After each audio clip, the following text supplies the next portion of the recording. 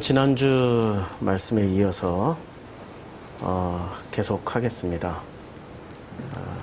우리 요한복음 1장의 가장 핵심 구절은 누가 뭐라고 그래도 1장 14절입니다. 말씀이 육신이 되어 우리 가운데 거하시매 우리가 그의 영광을 보니 아버지의 독생자의 영광이요 은혜와 진리가 충만하더라 라는 구절입니다.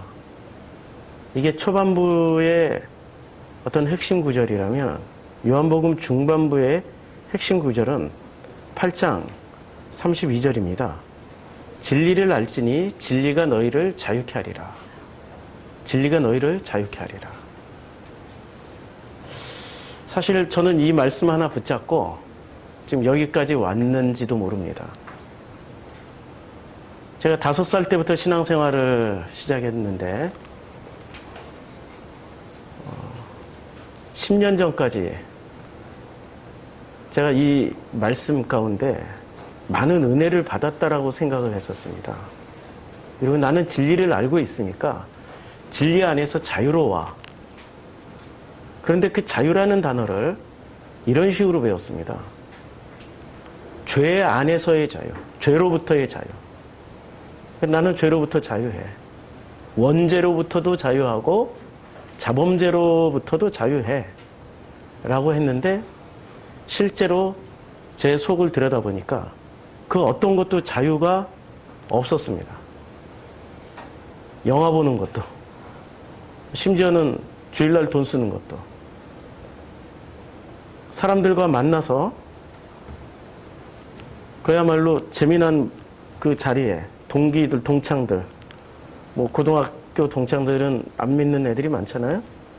그런 자리가 의뢰의 술자리인데 그런데도 자유롭지 못했죠. 아주 기본적인 것부터 자유롭지 못한 생활을 하고 있었음에도 불구하고 스스로를 속이고 있었습니다. 나는 자유하다고. 나는 죄로부터 자유하고 나는 저 지옥으로부터 자유하고 마귀로부터 자유하다고 그렇게 생각을 하며 살았는데 10년 전에 정통으로 이 질문이 저에게 오기 시작했을 때 정말 자유해?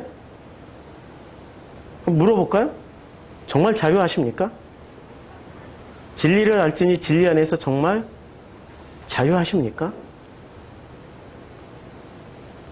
이것을 아멘 하고 받아들일 수 있는 사람들은 참 복된 분들이십니다. 우리가 쓰는 말 중에 자유, 사랑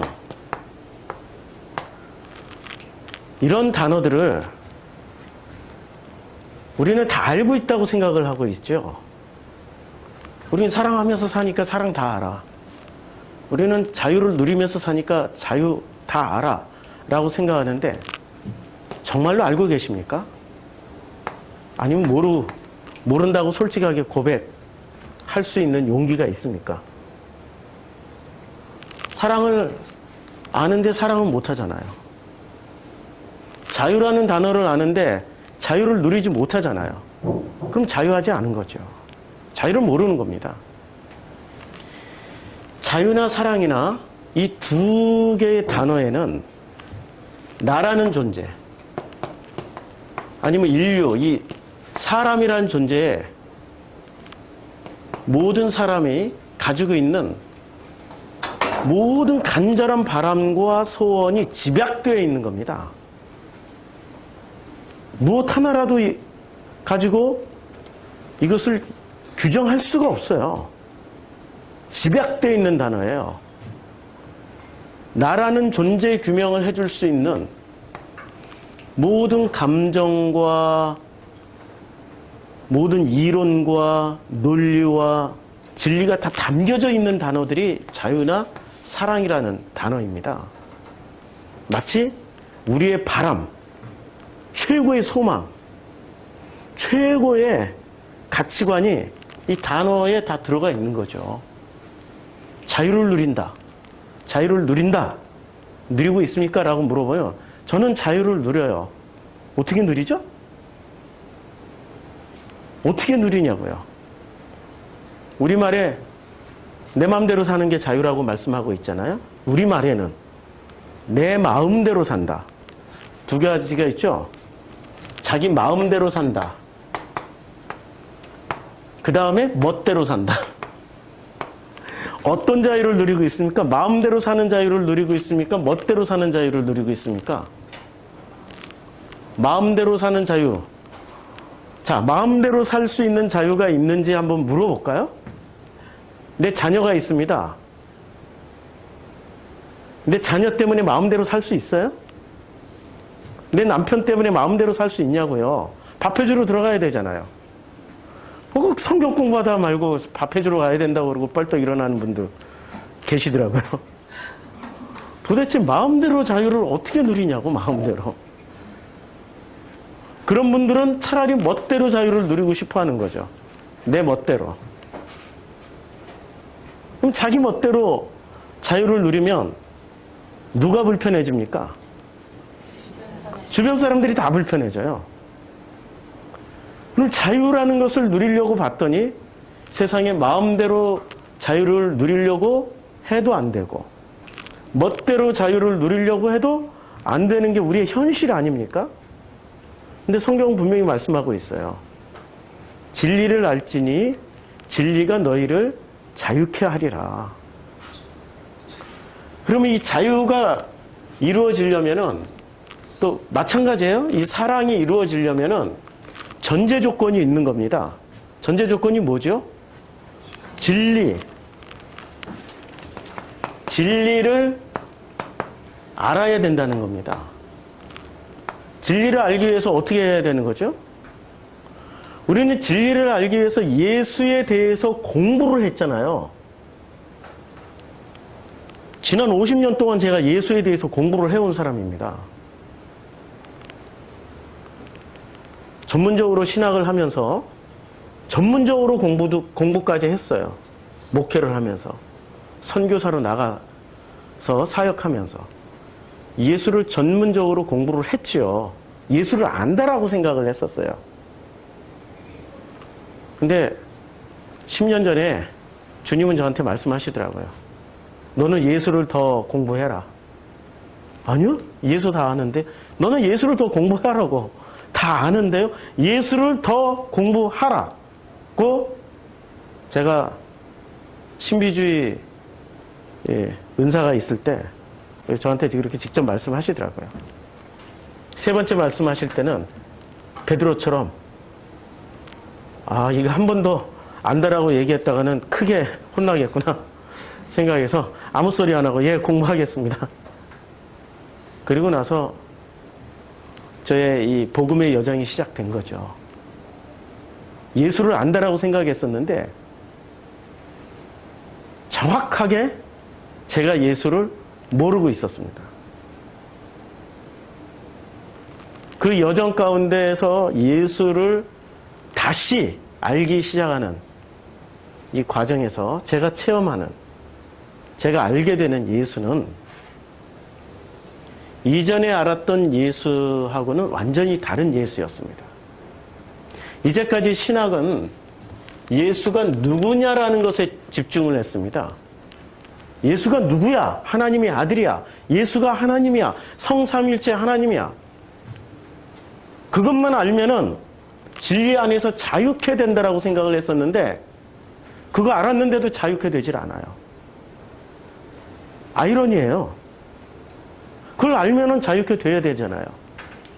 아니더라고요. 예수가 누구냐를 그렇게 많이 공부하고 암기하고 예수는 하나님의 아들이요, 예수는 삼위일체 하나님이시요, 예수는 우리의 구원자이시요, 우리에게 영생을 주고 아버지께로 가는 오직 유일한 길이라고 그렇게 예수에 대해서 그렇게 공부를 했는데도 불구하고, 그렇게 알았는데도 불구하고 자유케 되질 않았다는 얘기예요. 뭐지? 뭐가 문제가 있었던 거죠. 그래서 예수가 누구냐에서 질문을 바꿨어요. 예수가 누구냐가 아니라 예수가 도대체 무슨 일을 하셨지? 어떤 일을 하셨지? 관점을 바꿨어요. 요한복음은 예수가 누구냐를 얘기해주는 성경입니까? 아니면 예수가 어떤 일을 했는지를 말씀해주는 성경입니까? 기존의 수많은 목사님들은 어디에 초점을 두고 요한복음을 설교했냐면 예수가 누구냐에 초점을 두고 설교를 했습니다. 요한복음은 예수가 누군지에 대해서 많은 말씀을 해주고 있습니다. 예수는 왕이다. 예수는 하나님의 아들이다. 예수는 길이요 진리요 생명이다. 이런 누구냐에 대해서 요한복음은 많은 구절을 우리에게 보여주고 있어요. 그런데 그것을 그렇게 공부하고 암기하고 했는데도 불구하고 진리를 알지니 분명히 알았다고 생각을 했었어요. 근데 자유케 되질 않는 거예요. 내 속에 사랑이 하나도 없다라는 걸 알게 된 거예요. 질문을 바꿨습니다. 예수가 도대체 어떤 일을 했지? 라고 질문을 바꾸는 순간 요한복음은 우리에게 놀라운 보물들을 주기 시작합니다. 예수는 어떤 일을 하셨죠? 요한복음은 뭐라고 말씀하고 있습니까? 예수는 어떤 일을 하셨어요? 아들로서 아버지를 증거하는 일을 했습니다. 아버지의 뜻대로 아버지의 뜻만 전했습니다. 당신 스스로가 신적인 어떤 행동을 전혀 하지 않으셨습니다. 당신 스스로를 높이신 적도 없어요. 변론하다가 바리새하고 변론하다가 너무 못 알아들으니까 답답해서 하신 말씀들이 있었죠. 이것도 못 알아듣느냐. 너무 답답해서 하신 말씀들. 그걸 가지고 예수가 누구냐로 다 규정해버리면 문제가 심각한 거죠. 요한복음 놀랍게도 예수가 누구냐를 말해주기보다는 예수가 어떤 일을 하셨는지에 초점이 맞춰져 있는 성경입니다. 이런 관점에서 성경을 읽으면 요한복음 완전히 바뀌어요. 누구냐를 알았어요. 드디어 내가 최영희가 누구냐인지 알았어요. 여기서 살짝 졸려가지고 눈을 감고 있어요. 하루 종일 졸려. 이상하게 얼굴도 붓고 하루 종일 피곤해 하셔요. 며칠 전에 저랑 같이 보건소에서 하는 대사증후군 검사를 했는데 놀라울 정도로 깨끗해요. 혈관도 깨끗하고 뭐 다 깨끗해. 근데 맨날 피곤해. 나는 중성지방이 600까지 올라갔어요. 150이 정상인데 600이면은 엄청나게 저보다도 더 피곤해 하세요. 이런 최영희를 내가 어떻게 할 수 있을까요? 제가 안다라고 얘기할 수 있을까요? 수치 가지고 알 수가 없는 거예요. 수치 가지고 저렇게 졸리운 것을 어떻게 설명할 수 있어요? 한 가지 추측은 가능하죠. 체중이 많이 나가서. 칼로리가 많이 딸리는 거예요. 움직이려고 보니까. 뭐 그런 추측은 가능하지만 최영희를 내가 어떻게 알 수 있죠? 최영희라는 이름을 통해서 뭐 강릉 최 씨의 아버님은 함자가 이렇게 되시고 어머니는 함자가 이렇게 되시고 형제간이 몇이고 자라온 그 성장 배경은 이렇다. 이거 안다고 제가 최영희 아는 겁니까? 아니죠. 최영희가 나에게 어떤 행동을 하는지, 아침에 밥을 차려주는지, 아침에 내가 필요한 것이 있으면은 뭘 어떻게 나를 섬겨주는지, 아니면 나와 함께 어떻게 뜻이 맞아서 마음이 통하는지, 이걸 통해서 알 수 있는 게 진짜 최영희잖아요. 우리는 예수를 그런 식으로 알고 있었던 거예요. 관념으로 알고 있었던 겁니다. 예수의 정체, 예수의 신분만 알고 있으면은 모든 것이 구원이요, 축복이요, 만사 형통이라고 이렇게 배워버린 거예요. 아니라는 거죠. 절대 아닙니다. 관념이라는 거는 절대로 현실이 될 수가 없습니다. 관념이 깨지는 자리는 현실의 자리예요. 관념과 현실은 극명하게 대조되는 빛과 어둠과 같은 그런 관계입니다.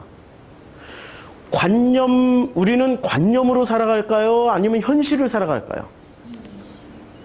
진짜요? 아니, 진짜 현실을 살아가세요?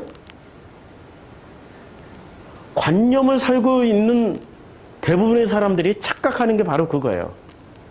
관념을 살고 있으면서도 현실을 살아가고 있다라고 착각을 해요.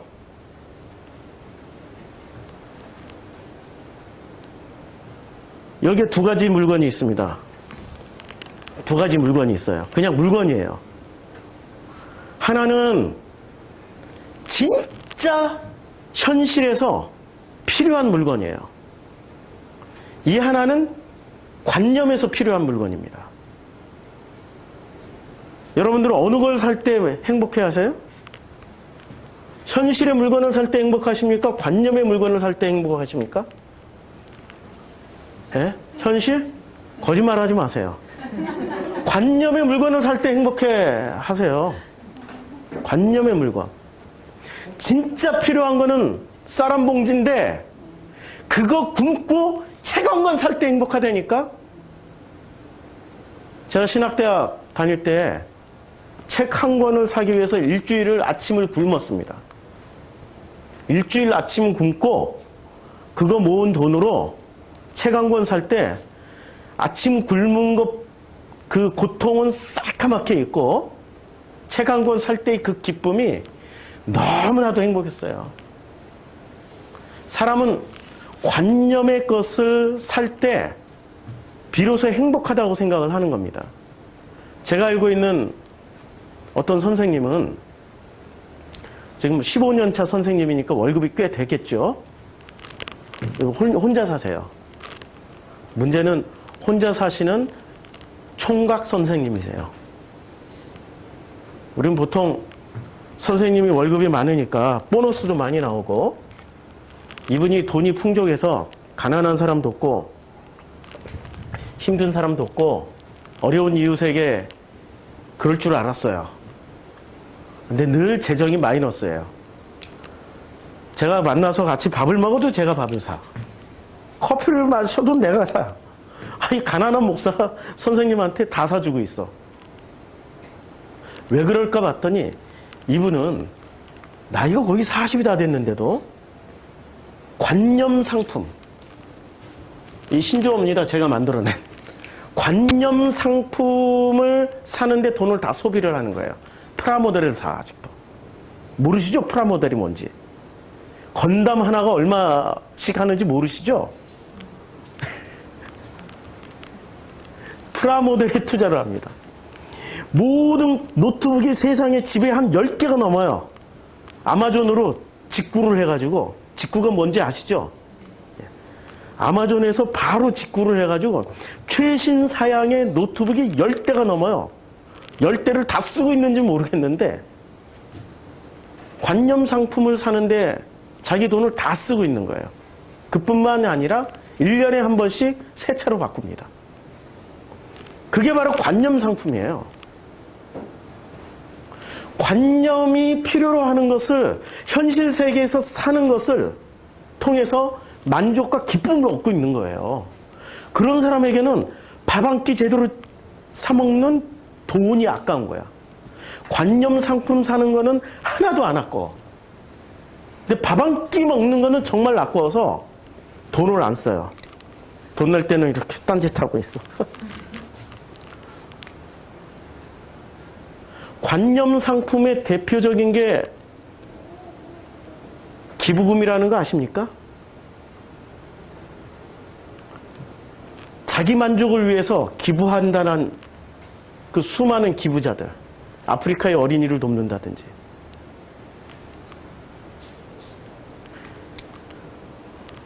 자기 현실은 한 달 수입이 100만 원도 채 안 되는 폐휴지를 줍는 사람인데 놀랍게도 그분은 한 달에 50만 원씩을 기부를 하면서 살았어요. 이럴 경우에는 관념 기부입니까? 아니면 현실 기부입니까? 헷갈리죠? 근데 확실하게 결론을 내릴 수 있는 기독교인들이 축복받기 위해서 열심히 드리고 바치고 섬겨요. 이럴 때는 드리고 바치고 섬기는 게 관념일까요? 현실일까요? 그건 확실하게 관념입니다. 관념, 그걸 통해서 자기의 행복과 기쁨을 쟁취를 해내려고 그래요. 우리는 너무나도 많은 시간들을 이 관념을 채우는데 이 현실을 사용해버립니다. 현실은 있잖아요. 관념이 깨져나가는 자리여야 돼요. 그래서 우리가 관념으로 살면 살수록 자유로울 줄 알았는데 자유케 되질 않아. 관념을 풀어서 현실을 살면 살수록 사랑할 줄 알았는데 사랑이 안 되는 거예요. 모두 뭐 때문이죠? 현실을 살지 못하고 관념을 살기 때문에 그래요. 현실을 살아가면은 진짜 사랑하게 된다니까요? 내가 최영희를 사랑할 때 진짜 현실 속에서 최영희를 사랑하고 있어요. 근데 최영희한테 문제가 있는 거야. 어떤 문제가 있죠? 봉지 모으는 문제. 아, 그렇죠. 봉다리 모으는 문제. 그 봉다리가 뭐로 대표되냐? 관념으로 대표되는 거죠. 아직 관념에 자기 어떤 것들을 못 풀어냈기 때문에 기대하는 기대치를 만족시켜주는 사랑을 할 때 사랑받는다라고 생각하는 거예요. 내가 사랑해주는 것은 사랑이 불만족이야. 근데 본인이 기대하는 어떤 거, 무슨 결혼기념일, 무슨 화이트데이, 아니 화이트데이하고 발렌타인데이가 제가 구분이 안 돼가지고 물어봤어. 그랬더니 화이트데이도 남자가 여자한테 주는 거고 발렌타인데이도 남자가 여자한테 꽃을 주는 거래. 그럼 나는 언제 받아보냐고. 불과 몇 달 전에 있었던 일이에요. 그러니까 기대치는 뭐냐면 아직도 뭔가를 많이 받고 싶은 거예요. 사랑이라는 어떤 표식을 많이 받고 싶어 하는 거예요. 근데 나란 인간은 사랑이란 표식을 많이 주고 싶은데 굉장히 현실적인 사람이라 그거보다는 내가 밥 한 끼 맛있는 거 먹고 가서 재미난 영화 한 편 보는 게 나는 더 좋다고 생각하는 사람이 되는 거예요. 그러면 제가 누군가의 사랑을 만족시켜 줄 수 있을까요? 기대치가 서로 다른데? 그 사람이 나에게 기대하고 있는 기대치가 분명히 있는데 나는 그 기대치를 만족시켜 주지 못하고 내가 원하는 걸 한단 말이에요. 그러면 둘이 서로 사랑한다라는 것을 서로 체험할 수가 없는 거예요.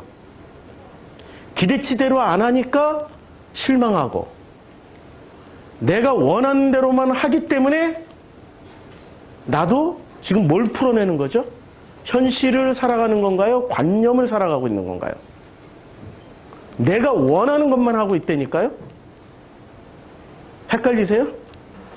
원하는 대로 한번 살아보세요. 마음대로 살아보시라고요. 진짜 자유로운지.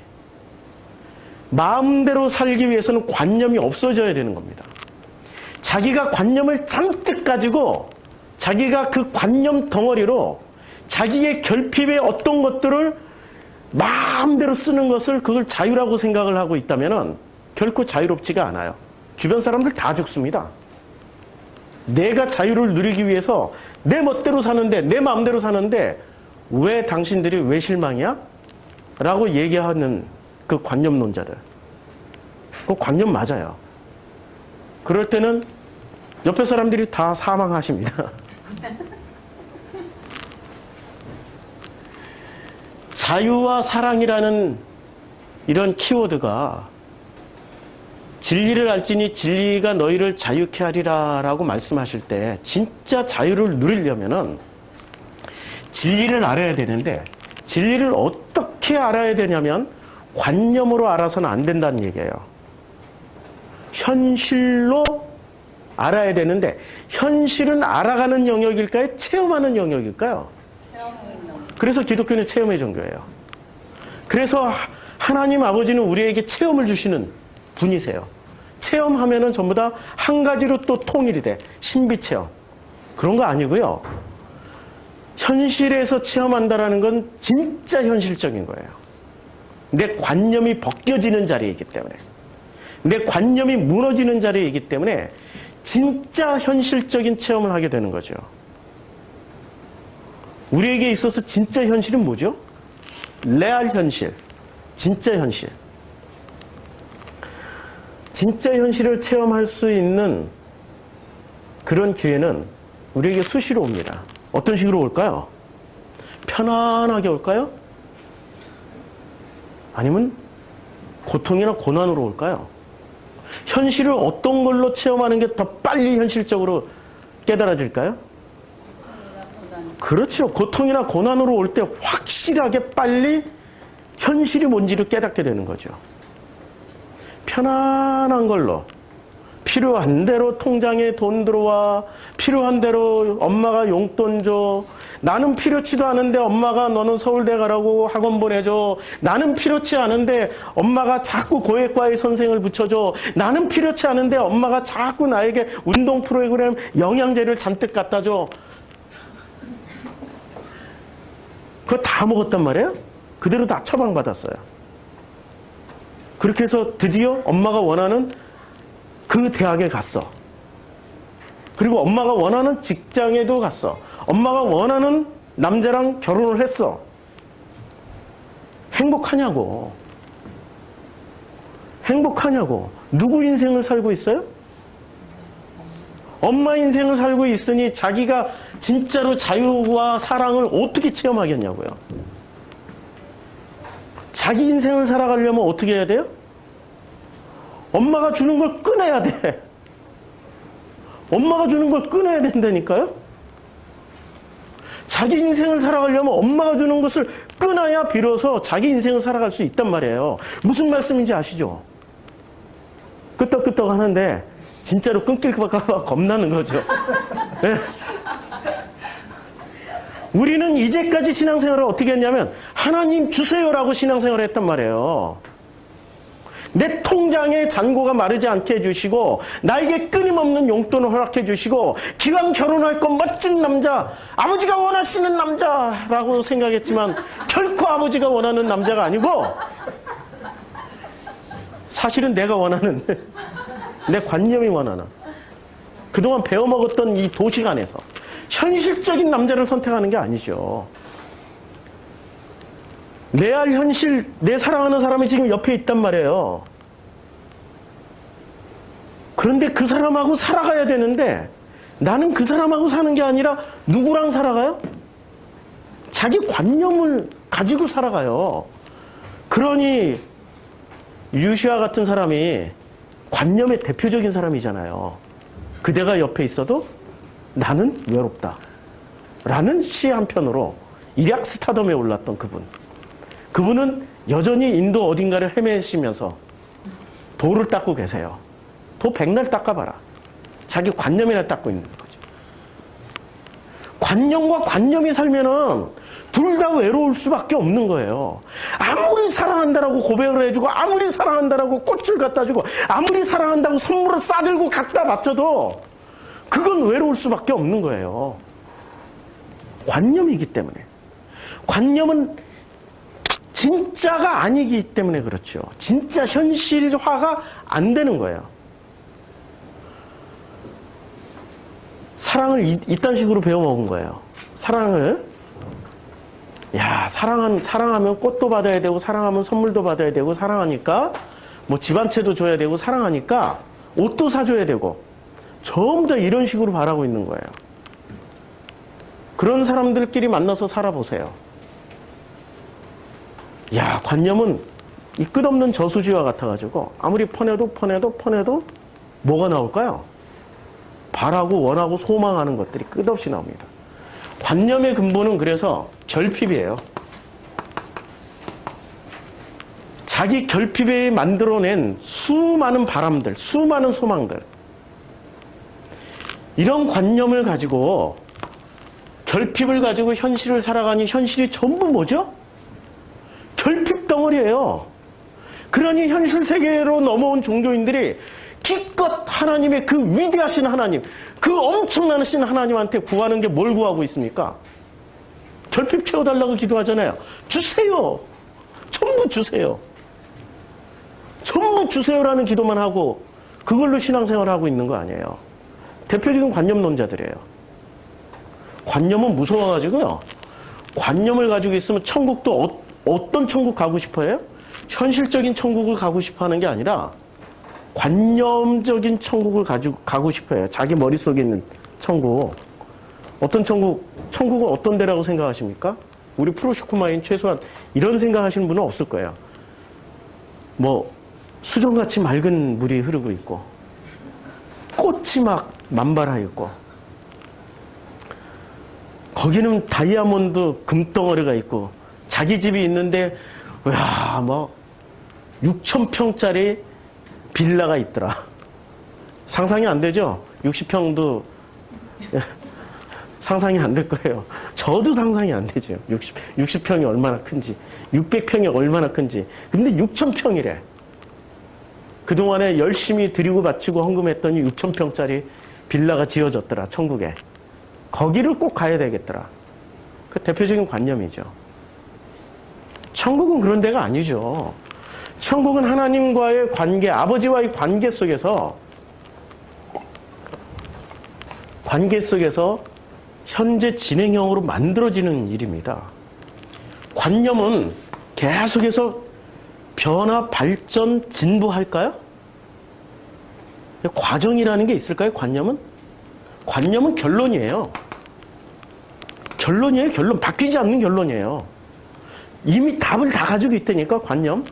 그 답을 만족시켜주면 행복하고 답을 만족시켜주지 않으면 불행하다고 생각하는 게 관념이에요.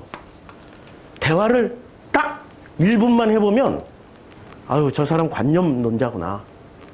저 사람은 굉장히 많은 걸 알고 있는 것처럼 보이지만 이야, 저거 관념이네. 관념이네.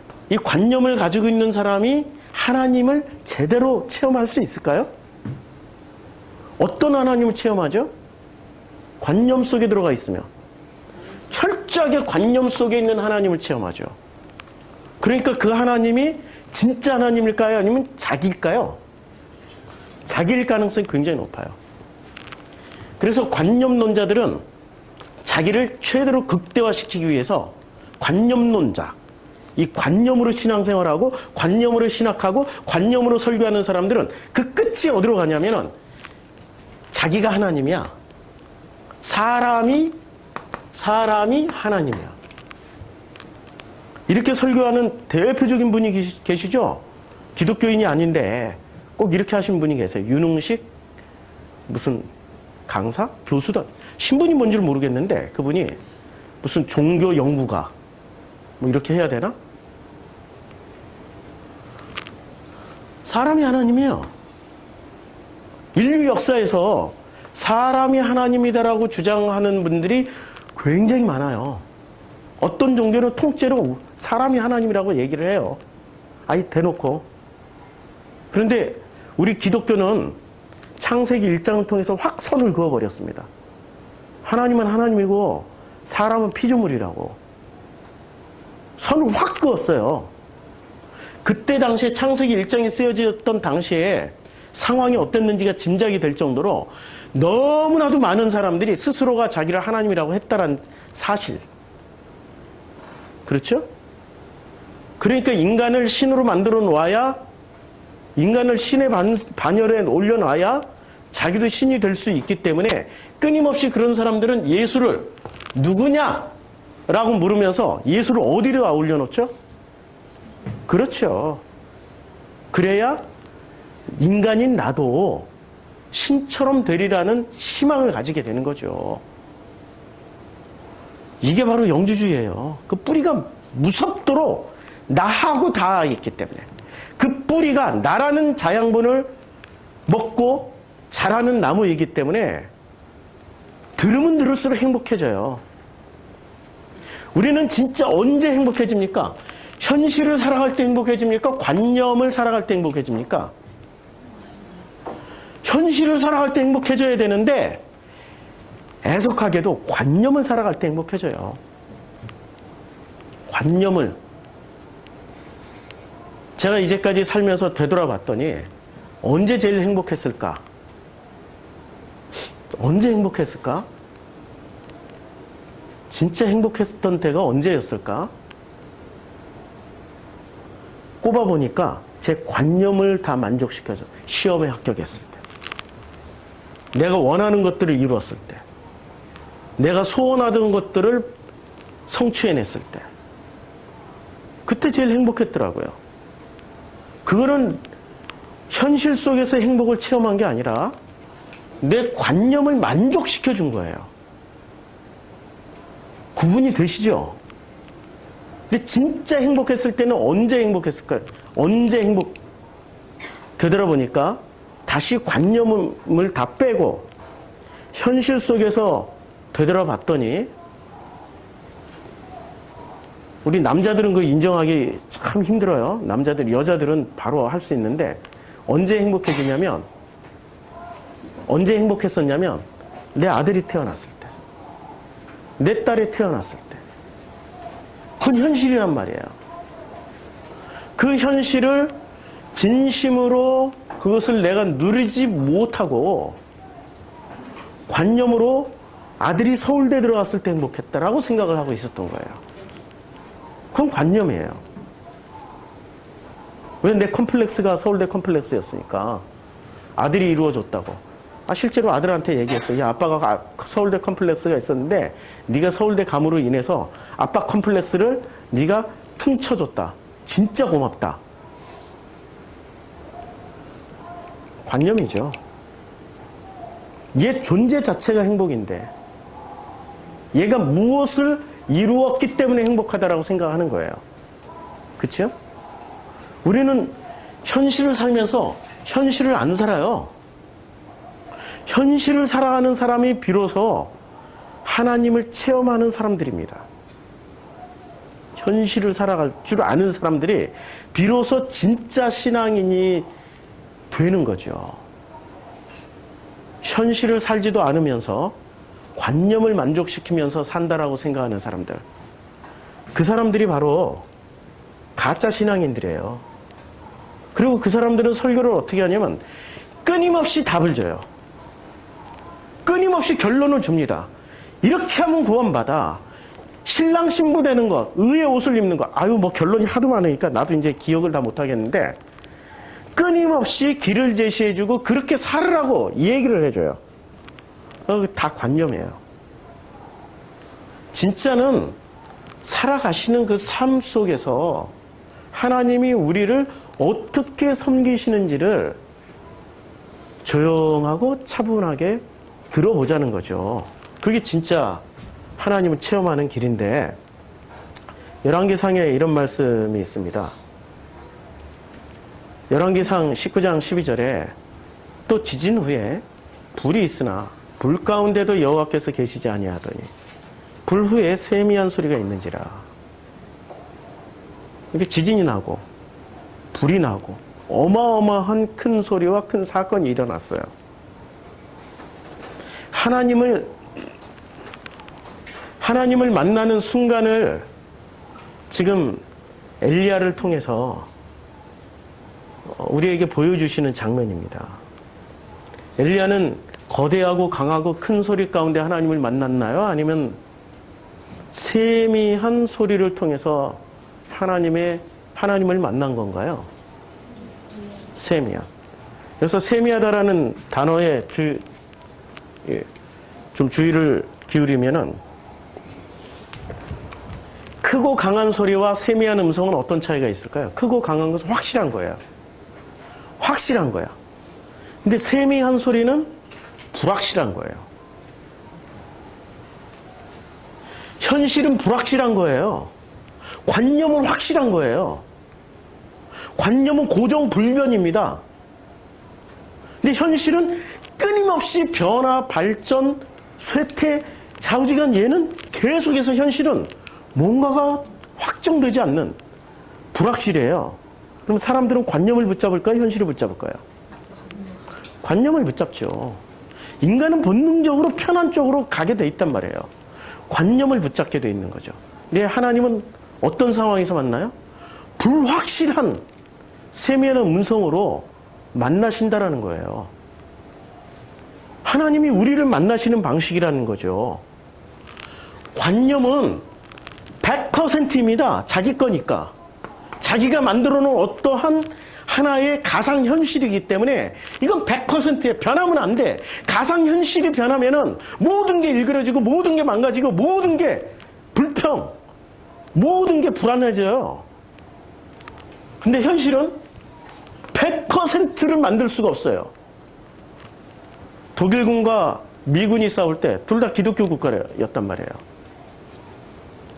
독일군도 미군도 이제 전투에 나가기 전에 군목들이 다 기도를 해줍니다. 독일군 군목들이 이렇게 기도를 해주겠죠. 독일군에게 주여 이 병사들을 보호해 주시고 적들을 싹 쓸어서 반드시 이기게 해 주시옵소서 기도를 했어요. 그 시간에 미군 군목도 그렇게 기도를 했겠죠. 주여 이 우리의 병사들이 이기게 해주시고 적들을 싹 죽이고 반드시 승리하게 해주시옵소서. 하나님은 누구 기도를 들어줘야 될까요? 하나님도 현실 속에 들어오면 헷갈려요. 현실 가운데서 현실의 음성을 들으면 헷갈린다고요. 그래서 영화 브루스 올마이티에서 로또 소원하고 있는 당첨되고 싶어하는 모든 사람들의 소원을 다 들어줬잖아요. 로또 살 때 1달러였는데 당첨금은 10센트야. 폭동이 일어났어. 다 당첨돼가지고 폭동이 일어났어.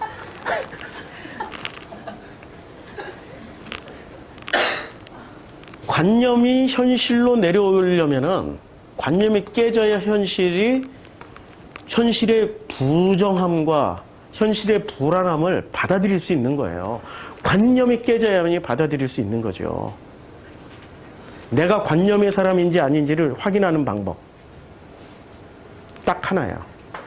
되게 많은데 제 경우에는 나하고 대화를 할 때 자기의 삶에 요만큼도 얘기를 안 하고 삶에 대해서는 전부 다 성경 얘기만 꺼내놔.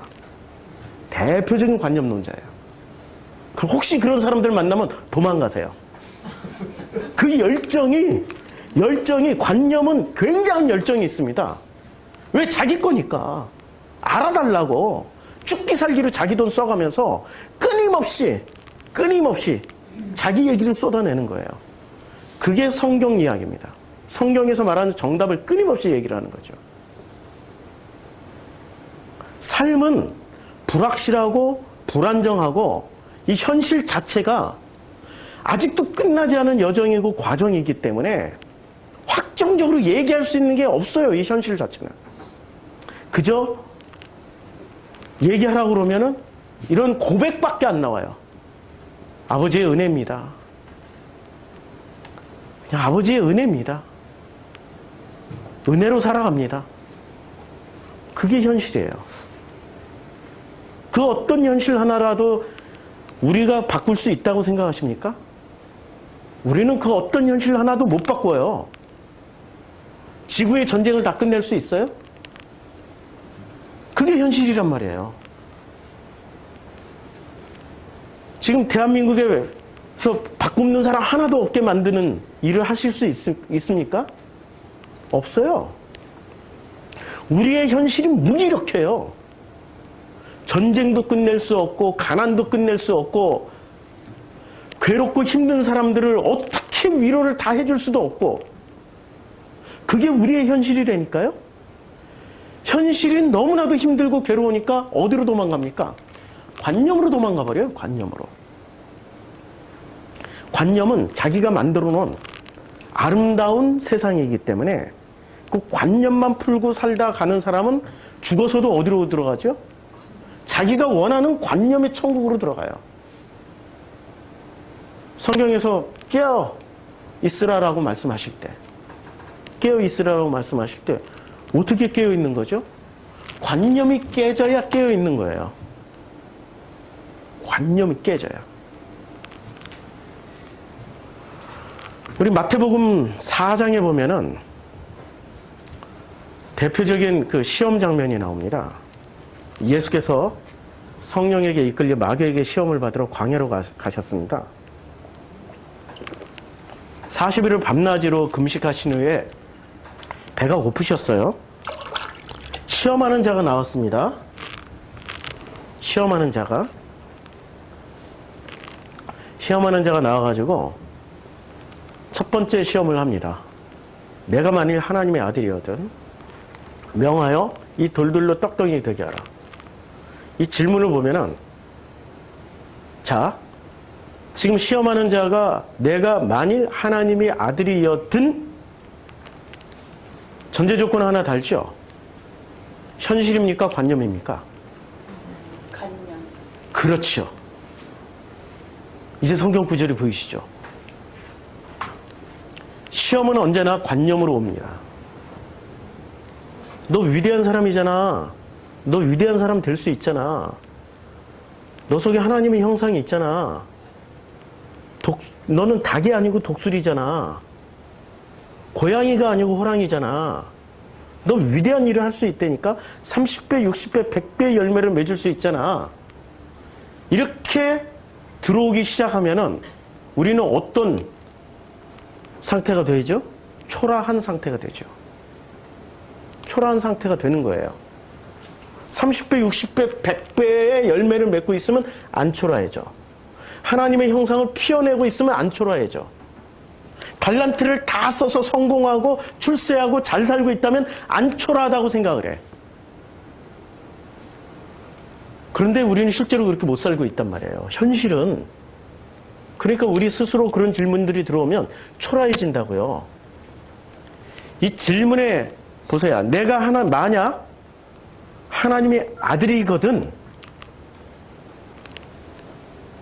굉장한 장치가 걸려 있는 거죠. 그렇죠? 이 질문을 받았을 때 그렇게 하면은 안 초라해지고 그렇게 안 하면 초라해진다는 얘기예요. 무슨 말씀인지 알겠죠? 명하여 이 돌들로 떡덩이가 되게 하라. 자, 돌을 뭐로 만들으라고 그래요? 관념은 돌을 떡으로 만들 수 있죠. 그렇게 믿으면 되는 거니까. 근데 현실에서는 돌이 떡이 됩니까? 현실에서는 돌이 떡이 안 되는 거예요. 근데 전제 조건이 뭐죠? 네가 만일 하나님의 아들이거든 이 현실 세계에서 떡으로 만들어 봐. 우리는 끊임없이 우리 신앙생활 할 때 이런 도전을 받습니다. 어떤 도전을 받아요? 네가 예수 믿잖아? 교회 다니잖아? 그럼 남보다 더 뛰어나야 되잖아. 성공해야 되잖아. 더 행복한 모습을 보여줘야 되고 더 사랑하는 모습을 보여줘야 되고 더 자유로운 모습을 보여줘서 하나님께 영광을 돌려야 되잖아. 우리는 그런 압박에 시달린단 말이에요. 우리 시험 당하고 있습니까? 시험을 안 당하고 있습니까? 우리는 놀랍게도 매 순간 시험 당하면서 살아요. 네가 만일 하나님의 아들이거든. 하나님이 아들 된다라는 게 결코 좋은 일이 아니에요. 하나님이 아들 되는 순간 돌이 떡덩이가 되게 만들어 보라는 끊임없는 시험이 들어오고 있다는 말이죠. 그렇죠? 하나님의 아들 된 그 교회들 가서 물어보세요. 돌이 떡덩이 되게 한번 만들어 보라고. 지금 이 질문은 교묘하게 관념 상품을 가지고 질문하는 거죠. 그렇게 시험을 하는 거예요. 관념이 현실되게 해봐 라는 그런 시험이란 말이에요. 그때 예수는 관념을 현실화시키는 대신에 현실을 현실로 대답을 해버렸어요. 관념에 대한 대답을 현실로 대답을 해버렸다니까요. 보세요. 예수께서 대답하여 이르시되 기록되었으되 사람이 떡으로만 살 것이 아니요 하나님의 입으로부터 나오는 모든 말씀으로 살 것이다. 이게 뭐죠 도대체? 하나님의 입으로부터 나오는 모든 말씀으로 살 것이다. 입으로부터 나오는 모든 말씀이 헬라어로 뭐였죠? 로고스예요. 헬라어로 로고스인데 요한복음 1장 14절에서 이렇게 말씀하고 있죠. 말씀이 육신이 되어 우리 가운데 거하심에 우리가 그의 영광을 보니 아버지의 독생자의 영광의 은혜가 진리가 충만하다. 뭐죠 말씀이? 말씀이 어떻게 돼 있어요? 말씀이 육신이 돼서 내려왔습니다. 자, 관념은 놀라울 정도로 기적을 만들어낼 수 있습니다. 관념은. 꿈을 꾸는 자는 그 꿈을 실현을 하잖아요. 기적을 만들어낸다니까요. 능력도 없는 사람이 꿈을 꾸고 열심히 꿈을 꾸고 그렇게 되리라고 믿고 있으면 그렇게 돼요. 실제로 그렇게 돼요.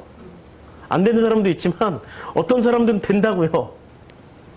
저도 그렇게 이루어왔던 사람 중에 하나였고요. 어렸을 때 소원하는 게 하나 있었습니다. 초등학교 4학년 때 그때 우리 시대는 사회과 부도라는 지도책이 있었습니다. 이렇게 좀 커요. 보통 교과서가 조그만데 사회과 부도는 커요. 지도가 들어가 있으니까. 그래서 초등학교 4학년 때 선생님이 그 카스피해, 그 다음에 그 또 하나의 담수호가 있죠. 예, 그 이름이 뭐죠? 시베리아, 소련의 그때 당시에 소련의 바이칼 호수. 근데 선생님이 어떻게 설명을 했었냐면 여기는 전부 다 공산당이 살기 때문에 여기는 아름다운 게 하나도 없어. 전부 사막이고 전부 다 사람 살 수 없는 환경이야 라고 그렇게 방공에 충실하신 초등학교 4학년 선생님이 저한테 그렇게 설명을 해줬어요. 왜냐하면 그때 당시에 공산당은 늑대요, 뿔난, 마귀요. 실제로 저는 늑대라고 생각을 했었어요.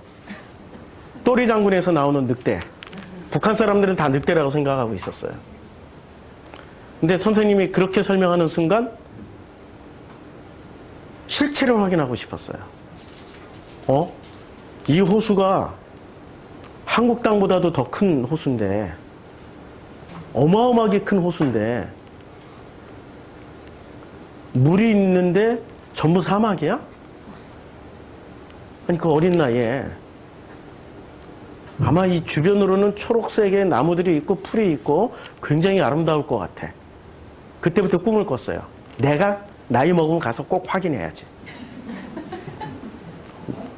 꼭 확인할 거야. 근데 아직 바이카르 호수는 못 갔어요. 제일 소중한 건 나중에 남겨둬야 돼. 대신에 카스피해는 갔어요. 흑해를 갔다 왔어요. 정말 아름다워요. 그분은 관념으로 설명했지만 나는 현실적으로 그렇지 않다라고 생각을 한 거예요. 확인해보고 싶다. 현실은 확인하는 자리예요. 관념은 속이는 자리고, 말씀이 육신이 됐다라는 얘기는 관념이 현실로 왔다라는 얘기예요. 쇼크죠? 우리는 전부 다 신성성만 부영해가지고 예수가 누구냐라는 그 거대한 이 떼제 앞에서 그냥 예수가 하나님이야 라는 것에 초점을 맞춰가지고만 설교를 해왔기 때문에 이런 식으로 생각을 해본 적이 없었던 거죠. 말씀이 육신이 돼서 왔다라는 것은 관념이 현실이 돼서 왔다는 겁니다.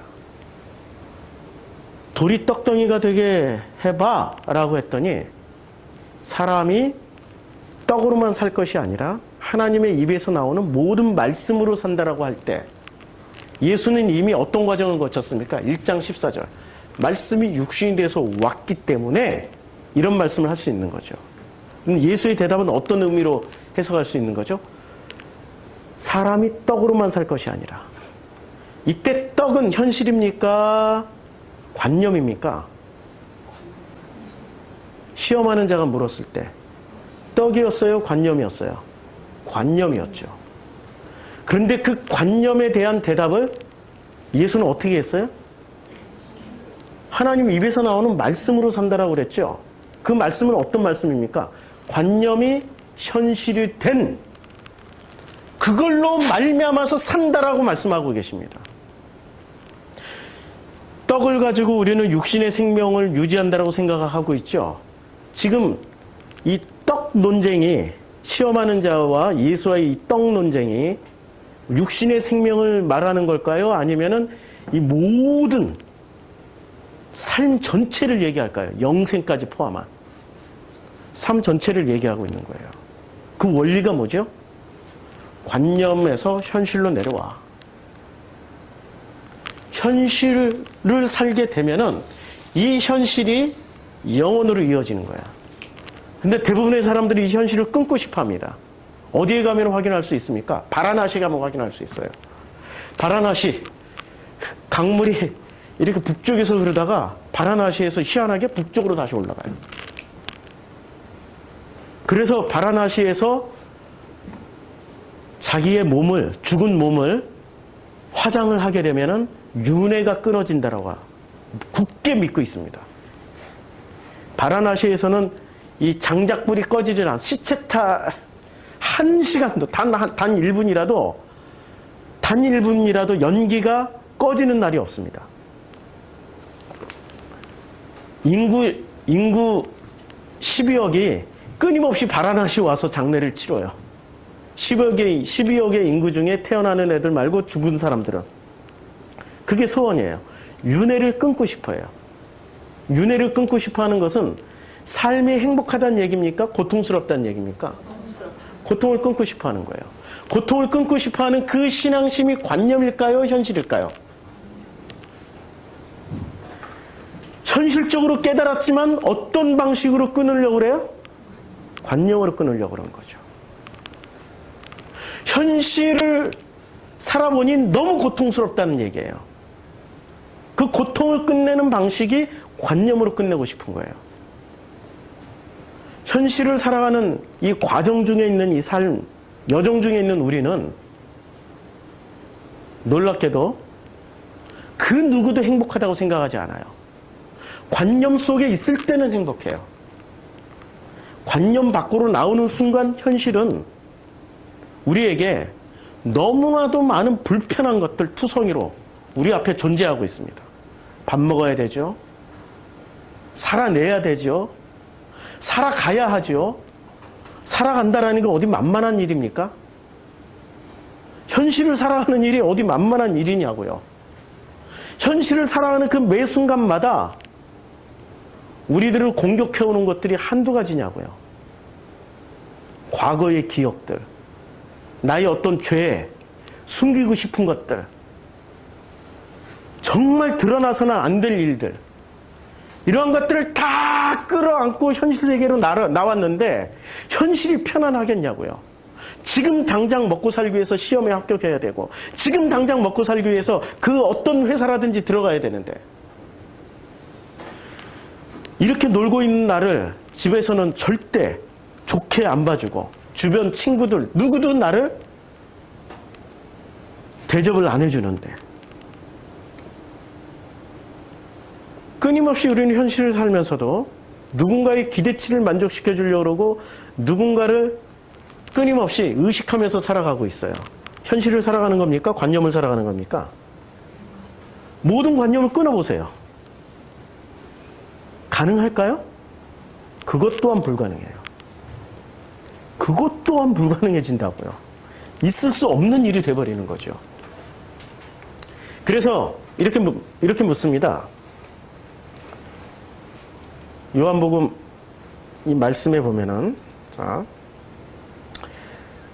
1장에서는 말씀이 육신이 되었다. 라고 말씀하고 있죠. 1장 14절. 근데 1장 39절에서, 39절이 아니고 36절에서 보라, 하나님의 어린 양이로다. 잘 보세요. 말씀이 육신이 되었다. 그리고 하나님의 어린 양이 되었다. 누가 하나님의 어린 양으로 만들었죠? 누가 하나님의 어린 양이라고 말씀을 했어요? 규정을 했냐고요? 요한이. 말씀이 육신이 된 것은 관념이 현실이 된 건데 하나님의 어린 양은 현실일까요? 관념일까요? 관념. 그러니까 2장에 바로 올라가가지고 2장에서 이런 말씀이 바로 나옵니다. 2장 바로 넘어가면은 2장 1절에 사흘째 되던 날 갈릴리 가나에 혼례가 있어. 예수의 어머니도 거기 계시고. 굉장한 말입니다, 지금. 말씀이 육신이 됐는데 종교인인 세례 요한은 예수를 뭐로 만들었어요? 예, 현실로 오신, 관념이 현실로 오신 그 현실을 도로 관념으로 만들어 놨어요. 그랬더니 요한은 다시 2장 1절에서 예수의 어머니도 거기 계시고. 이거는 관념입니까? 현실입니까? 현실로 확 돌려놔버려요. 끊임없이 종교는 우리를 관념으로 몰고 갑니다. 복음은 우리를 뭐로 만들죠? 우리의 현실을 살아가라고 말씀하세요. 현실을 살지 않으려면 예수가 굳이 말씀이 육신이 되어서 이 땅에 내려올 필요가 없는 거죠. 말씀이 육신이 된 사건은 현실을 살으라고 말씀이 육신이 된 사건을 우리에게 지금 보여주시고 체험케 하시는 겁니다. 말씀 육신이 우리 가운데 계세요. 우리는 현실을 살아가야 되는 거죠. 그런데 그 현실을 살아가려고 보니까 너무나도 무기력한 존재들이에요. 아무것도 할 수 없는 존재예요. 관념에서는 내가 아버지요, 관념에서는 내가 사장이요, 관념에서는 내가 선생이요, 관념에서는 내가 무언가 밥벌이를 할 수 있는 어떤 자리매김을 충분히 하고 있다고 생각을 하고 있었는데 현실 세계로 딱 나오는 순간 우리는 깐난애기가 같은 거죠. 누군가가 먹여주지 않으면 아무것도 먹을 수 없는 그런 존재라는 거예요. 그때 사람이 떡으로만 살 것이 아니요 하나님의 입에서 나오는 모든 말씀으로 산다는 말씀이 체험이 되어지기 시작하는 거죠. 그러니까 요한복음에서는 끊임없는 만나 논쟁이 시작됩니다. 6장 전체가 만나 논쟁이에요. 하나님 떡 얘기고 만나 논쟁입니다. 그래서 예수가 이런 얘기를 합니다. 나는 생명의 떡이니 내게 오는 자는 결코 줄이지 아니할 터요 나를 믿는 자는 영원히 목마르지 아니하리라. 여기서 말하는 떡은 관념일까요? 현실일까요? 현실의 떡이에요. 현실을 사는 신앙인들이 먹을 수 있는 떡입니다. 관념을 살아가는 사람들은 이 떡의 진짜 맛을 모르는 거예요. 이 떡의 진짜 맛을 요딴 식으로 생각하고 있는 거죠. 관념을 살아가는 사람들은 이야 이게 구원의 말씀이네. 와 이게 영생의 말씀이네. 와 이게 우리를 하나님의 아들 되게 하시는 말씀이네. 와 의의 자녀 되게 하시는 말씀이네. 요딴 식으로 생각하는 거죠. 현실을 살아가는 사람들은 그렇게 생각을 안 해요. 나같이 무기력한 사람에게 오늘 하루도 나에게 먹여주시는 밥이구나.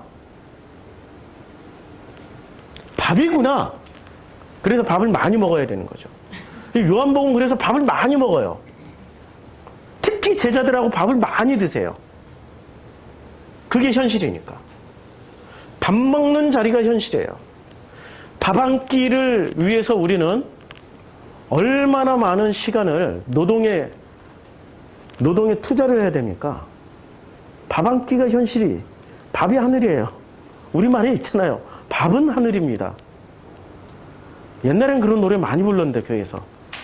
그래서 저는 이상한 교회를 다녔는지 우리는 수련회만 가면 그런 노래 불렀어. 밥은 하늘입니다. 그런 노래 불렀는데 안 불렀어요?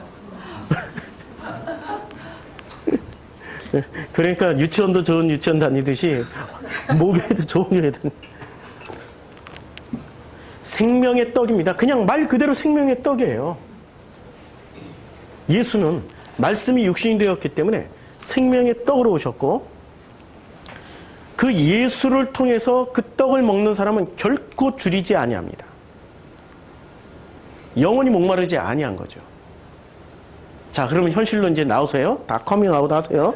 관념에서 현실로 커밍아웃 했어요. 그럼 당장에 뭐 먹고 살지? 그것부터 시작되잖아요. 뭐 먹고 살지? 그때부터 실제 믿음이 시작되는 거죠. 관념이 아니고 생명의 떡이신 예수를 체험하게 되는 거죠.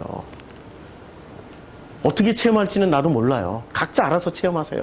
우리의 삶이 다르고 얼굴이 다른 것처럼 우리의 인생의 여정이 다 다르기 때문에 뭐라고 규정할 수가 없는 거예요. 서로 다 다른 거죠. 완벽하게 다른 거예요. 1장으로 다시 가서 이제 이튿날 요한이 예수께서 자기에게 나오심을 보고 이르되 보라 세상 죄를 지고 한 하나님의 어린 양이로다. 대표적인 관념으로 규정을 했어요. 관념으로 규정을 했고 내가 전에 말하기를 내 뒤에 오는 사람이 있는데 나보다 앞선 것은 그가 나보다 먼저 계심이라. 야, 여기서 우리가 이 대화 내용을 볼 때 이 사람에게 현실성이 있습니까? 요한에게? 지금 현실성 하나도 없어요. 다 관념이야. 이제 보이시죠? 다 관념으로 지금. 아니, 현실적으로는 친척이라니까요? 서로 알아요. 어머니하고 어머니가 서로 알고 있어요. 엘리사벳과 어머니 마리아가 서로 친척이에요. 어렸을 때 만나가지고 요한이 뱃속에서 발길질을 했어요.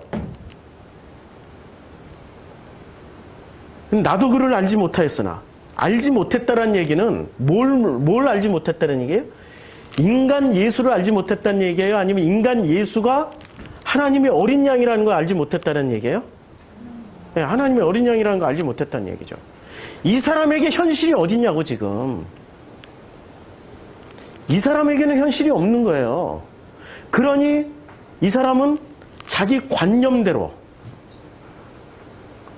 광야에 나가서 특이한 패션으로, 왜냐면 평범한 패션을 하면은 사람들이 세례받으러 안 오니까, 존경을 안 해주니까 엘리야 코스프레를 하면서 세례를 주고 있었단 말이에요. 이제부터 여러분들에게 기회를 줄 테니까 엘리야 코스프레 한번 할 수 있는 기회를 드릴게요. 할 수 있겠어요? 현실적인 사람은 안 해요. 관념의 사람은 해요. 현실적인 사람은 돈 주고 하라고 그래도 돈 주면 할지 모르지. 돈 얘기가 나왔으니까 돈이 현실이라고 믿고 있는 사람들. 돈이 현실 맞을까요? 아니, 돈이 현실 맞냐고요. 성경에서 돈 얘기 안 하고 돈 대신에 현실을 뭐라고 얘기해요? 떡이라고 말씀하고 있어요. 이 떡은 뭐라고 말씀이라고 그래요. 돈은 현실이 아닙니다. 돈은 대표적인 관념 상품이에요. 대표적인 관념 상품이라고요. 돈은 상호 신뢰, 신용 관계에서 돈의 가치가 있는 거지, 신뢰가 깨지면 돈은 아무런 가치가 없어요. 현실이 아니라고요. 돈보다 더 현실은 금이에요. 전쟁 나봐요. 한반도에 전쟁 나면 오늘부터 이 돈이 가치가 있는지 아니면 금이 가치가 있는지. 한국 돈은 외국에 나가서 쓰지도 못해요. 전쟁 나면 언제 없어질 돈인지, 언제 그 가치가 현실이 될지를 모르기 때문에 폐기 처분된다고요. 그러니까 돈은 대표적인 관념 상품입니다. 대표적인 관념 상품이에요. 그런데 우리는 지금 뭘 추구하고 있죠? 전부 현실 얘기하면 뭐하고 연관시키고 있습니까? 돈하고 연관시키고 있어요. 그리고 우리는 얼마나 관념으로 살고 있는지 다 그냥 들통났어요. 큰일 났어요, 이제. 큰일 났어요. 현실은, 성경에서 말하는 현실은 관념이 현실이 된 말씀, 이 로고스가 이게 현실이에요. 이 세상은 누가 만드셨죠? 하나님이. 뭐로 만들었어요? 말씀으로. 그러니까 진짜 현실은 뭐죠? 말씀이 현실이에요. 이걸 체험하는 게 신앙인이라고요. 이걸 체험하면서 살아가는 게. 근데 이걸 체험을 안 하신 분이 계세요. 요한. 체험을 안 하시고 지금 여기서 예수를 뭐라고 얘기를 하냐면, 예수를 이렇게 얘기를 하는 거죠. 하나님의 어린 양이로다. 이렇게 얘기를 해놓고 배신을 때려버리잖아요. 관념이니까. 자기 관념대로, 자기 기대치대로 안 되니까 관념에서 나온 말이기 때문에 관념을 쉽게 배신해요. 현실은 배신이 불가능하죠. 네트워크가 돼 있는데 관념은 끊어버리고 기억에서 지워버리면 끝나는 거예요. 자, 요한이 또 증언하여 이르되 내가 봄에 성령이 비둘기같이 하늘로부터 내려와서 그 위에 머물렀더라. 성령이 비둘기같이 하늘부터 내려와서 그 위에 머물렀더라라고 얘기하는 게 더 권위가 있을까요? 어떻게 들린지 들어보세요. 이 말씀이 더 권위가 있게 들릴까요? 아니면 내가 예수와 함께 오랜 시간을 지내보니까 그가 하는 말이 진짜 하나님의 아들 같더라. 어느 말이 더 권위가 있게 들려요? 성령이 비둘기같이 내려왔다라는 말이 더 권위 있게 들리죠? 지금 이분이 관념 상품을 쓰신 거죠. 성령이 내려오신 것을 직접 봤다면은 배신을 때리지 말았어야죠. 그치요? 안 보고 종교적인 언어로 사용해버린 거예요. 엘리야는 기적을 많이 일으켰지만 세례 요한은 능력이 없었어요. 엘리야 코스프레는 했지만 단 한 줄도 안 나오잖아. 단 한 줄도 안 나와요. 나도 그를 알지 못하였으나 나를 보내어 물로 세례를 베풀라 하신 그이가 나에게 말씀하시되, 여기서 그이를 전부 다 하나님이라고 생각하시고 있어요. 누군지 몰라요. 그이야 그냥. 누군지는 몰라. 말씀하시되, 아니면 자기의 선배일 수도 있고. 세례 요한이 느닷없이 광야에 요단강에 가서 세례를 베푼다. 느닷없이 그게 가능할까요? 누군가가 앞길을 걸어갔던 사람이 있는 거죠. 그걸 뒤따라가는 것뿐이에요. 예수도 누구의 뒤를 따라간 거죠? 처음에는 세례 요한을 따라갔어요. 그러니까 공통분모가 많잖아요. 회개하라, 천국이 가까웠다. 세례 요한이 외친 걸 예수도 처음에 똑같이 외쳤단 말이에요. 회개하라, 천국이 가까웠다. 세례에 관련해가지고 3장 22절에 보면 이렇게 나옵니다. 3장 22절에 그 후에 예수께서 제자들과 유대 땅으로 가서 거기 함께 유하시며 세례를 베푸시더라. 요한도 살렘 가까운 에논에서 세례를 베푸니 거기 물이 많음이라. 그러므로 사람들이 와서 세례를 받더라. 요한이 아직 옥에 갇히지 아니하였더라. 요한이 옥에 갇히지 아니할 때는, 갇히기 전까지는 예수가 어떤 사역을 했습니까? 세례 사역을 했어요. 지금 누구를 따라서 한 거예요? 요한 따라서 한 거예요. 왜냐하면 갑자기 예수가 나타나서 회개하라, 천국이 가까웠다 이렇게 외친다고 믿어줄 사람이 없으니까. 요한이 했던 것을 비스무리하게 따라서 하다가 사람들이 따르면서 인기가 생기고 그러다 알려지게 되고 그러면서 예수가 독립하게 되죠. 독립하게 된 시점이 언제죠? 요한이 옥에 갇힐 때. 그러니까 마태복음이나 마가복음이나 누가복음은 공통적으로 요한이 옥에 갇힘에, 마가복음 1장 14절이 그거잖아요. 요한이 옥에 갇히자마자 예수께서 갈릴리에 오셔서 외치신 거죠. 회개하라, 천국이 가까웠다. 그렇게 외친 거죠. 자, 또 4장 1절에 보면 이렇게 나옵니다.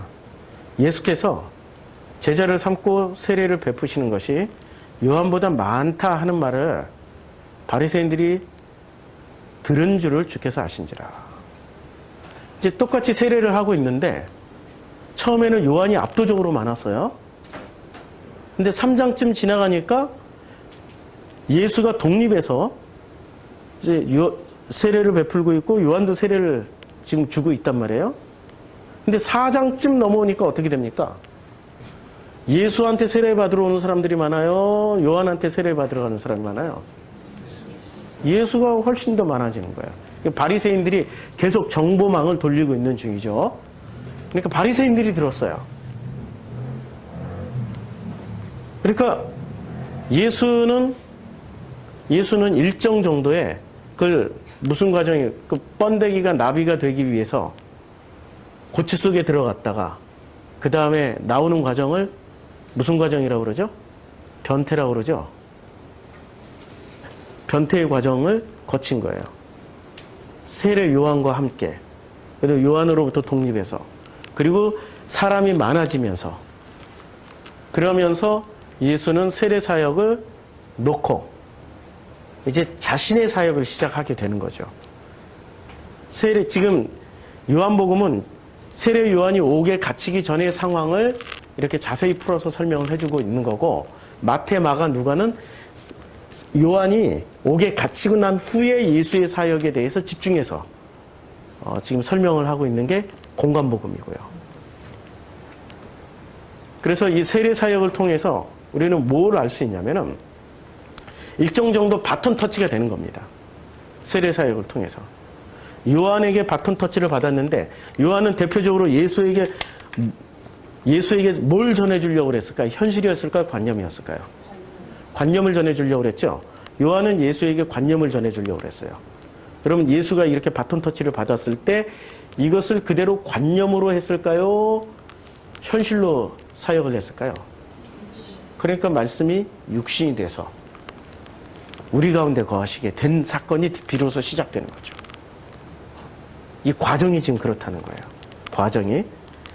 그래서 하나님이 어린 양이로다라고 말하면서 두 제자가 그의 말을 듣고 예수를 따라가요. 그런데 두 사람 중 이제 예수께서 돌이켜 따르는 것을 보시고 물어 이르되 무엇을 구하느냐? 예수가 물어요. 무엇을 구하느냐? 그럴 때 라삐어 어디 계시오니까 예수께서 이르시되 와서 보라. 그러므로 그들이 가서 계신 데를 보고 그날 함께 거하니 때가 10시쯤 됐어요. 둘이 갔어요. 함께 거했어요. 수많은 대화를 나눴겠죠. 수많은 대화를 나눴겠어요. 자, 40절. 요한의 말을 듣고 예수를 따르는 두 사람 중에 하나는 시몬 베드로의 형제 안드레라. 그가 먼저 자기 형제 시몬을 찾아 말하되 우리가 메시아를 만났다. 메시아가 그리스도예요. 메시아 이꼴 그리스도죠. 우리가 메시아 하면은 메시아는 사람입니까? 신입니까? 예? 사람이에요? 신이에요? 메시아는 사람입니까? 신입니까? 다시 한번 물어볼게요. 예. 메시아는 사람이죠. 메시아는 사람이에요. 구약성경 읽어보세요. 그리스도라는 뜻은, 그리스도는 사람이에요? 신이에요? 그리스도는 무슨 뜻이에요? 기름 부음 받은 자. 사람의 신이에요? 다윗은 기름 부음 받았죠. 그래서 다윗더러 뭐라고 그래요? 메시아라고 그러죠. 다윗은 세 가지 직책을 다 가지고 있단 말이에요. 왕, 제사장, 선지자. 기름 부음 받았으니까. 그러니까 이때 당시의 사람들은 메시아나 그리스도나 어떤 식으로 이해하고 있을까요? 신으로 이해하고 있을까요? 아니면 기름 부음 받은 자, 사람으로 이해하고 있을까요? 예. 근데 왜 우리는 신으로 알고 있죠?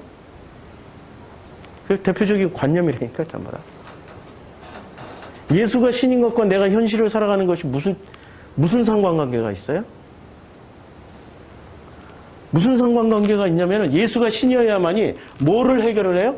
내가 원하고 소원하는 관념들을 다 이루어준다라고 굳게 믿고 있기 때문에 예수가 신이어야 되는 거죠.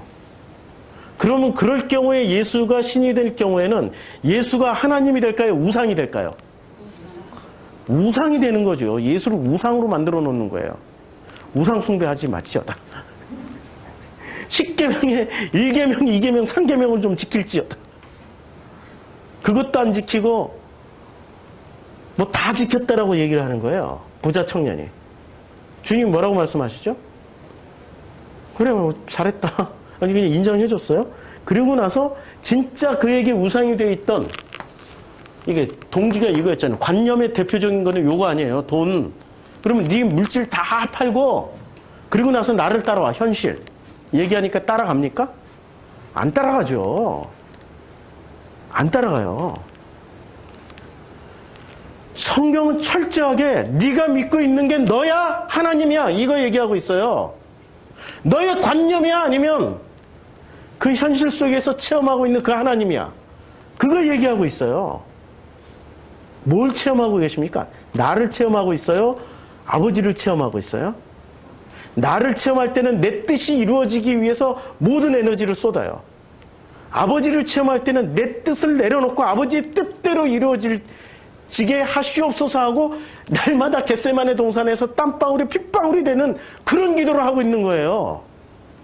현실을 살아간다는 것은 장난이 아닙니다. 애들이 하는 말이 장난 아니네?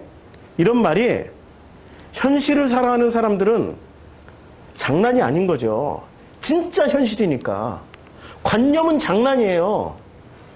얼마든지 바꿀 수 있고 얼마든지 건너뛸 수 있는 거죠. 데리고 예수께로 오니 예수께서 보시고 이르시되 내가 요한의 아들 시몬이니 장차 개발의 아리라. 근데 여기서 37절에 분명히 두 제자였는데 한 사람만 등장을 합니다. 누구만 등장을 해요? 둘 중에 하나가 사라졌어요. 지금 2명이 시작됐는데 2 빼기 1이 돼버린 거예요. 한 명은 사라졌어요. 지금 어디로 갔는지 몰라. 이름도 안 나오고 끝까지 이름이 안 나와. 한 사람은 예수를 만났고 둘이 똑같이 예수와 둘이 가서 예수와 함께 시간을 보냈어요. 예수를 함께 만났다니까요. 똑같이 들었는데 똑같이 대화를 했는데 한 사람은 메시아야 라고 가서 자기 형을 전도해가지고 왔어요. 근데 그 한 사람은 사라져버렸어. 스리슬쩍 사라졌어요. 무슨 차이가 있을까요? 도대체 이 사이에 어떤 정보도 안 줘요. 성경은 그냥 예수를 만났다. 그리고 만난 후에 정보를 이렇게 줘요. 우리가 메시아를 만났다. 우리가. 그럼 우리면은 누구예요? 두 사람이. 근데 왜 한 사람은 왜 안 나올까? 둘이 갔는데 그리고 이 사람만 가서 안드레만 가가지고 안드레가 형을 전도한 거예요. 시몬을. 왜 한 명은 왜 안 나와?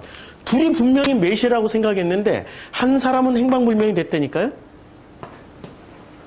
우리가 지금 둘 중에 어디 누구에 속해 있을까요? 우리 프로슈코마에 많은 사람들이 와요. 근데 한 사람처럼 스리슬쩍 사라져. 우리가 메시아를 만났다라고 다들 다 얘기를 해. 그렇게 다들 다 그렇게 얘기하다가 스리슬쩍 사라져. 그러지 맙시다. 끝까지 갑시다. 자, 그래서 이튿날 예수께서 갈릴리로 나가려 하시다가 빌립을 만나 이르되 나를 따르라 하시니 빌립이 따라가요. 빌립은 안드레와 베드로와 한 동네 베세다 사람이니까 예수 보고 따라갔을까요? 한 동네 사람들을 보고 따라갔을까요? 한 동네 사람 보고 따라간 거죠. 아니 예수가 이건 첫 번째 만나는 장면이에요. 마가복음이나 마태복음은 두 번째, 세 번째 장면일 수도 있는데 여긴 첫 번째예요. 그래서 우리 교회는 이제 오면은 우리 기존의 성도님들이 새로 오신 분들 옆에 좀 앉아주시고 밥 먹을 때도 같이 앉아서 밥도 챙겨주시고 스리슬쩍 사라지지 않게 그렇게 좀 해줬으면 좋겠어요. 그리고 처음에 정착할 땐 예수 보고 정착하는 게 아니에요. 로고스 보고 정착하는 게 아니고 사람 보고 정착해요. 사람 보고. 어쩔 수 없어. 우리는 관념이기 때문에 내 관념과 비슷한 사람이 있을 때 안심이 돼. 진짜 다른 현실에 들어가는 게 두렵다니까요. 현실에 참여하는 게 두려워요. 자, 오늘 우리는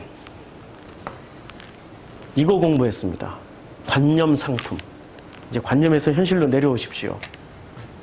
그러면 그 현실 속에서 만나는 그분이 이제 그분과 인격적인 교류가 이루어질 것이고 만남이 이루어질 것이고 그걸 통해서 그분의 그 뜻을 배우면서 체험해 나갈 겁니다. 그게 어떤 과정인지는 저도 몰라요. 제가 살아온 삶의 여정과 뭐 비슷할 거라고는 생각은 하지만은 그러나 각자의 삶이 다 있기 때문에 삶의 과정이 있기 때문에 그 여정 가운데서 만나는 그분과 우리 성도님들이 만나서 해결하시면 돼요. 목사의 할 일은 중매장이에요. 소개해주면 되는 거죠. 답을 주는 사람이 아닙니다.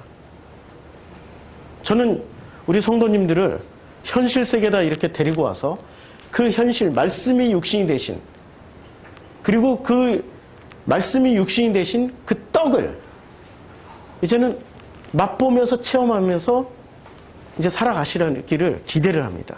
기도하겠습니다.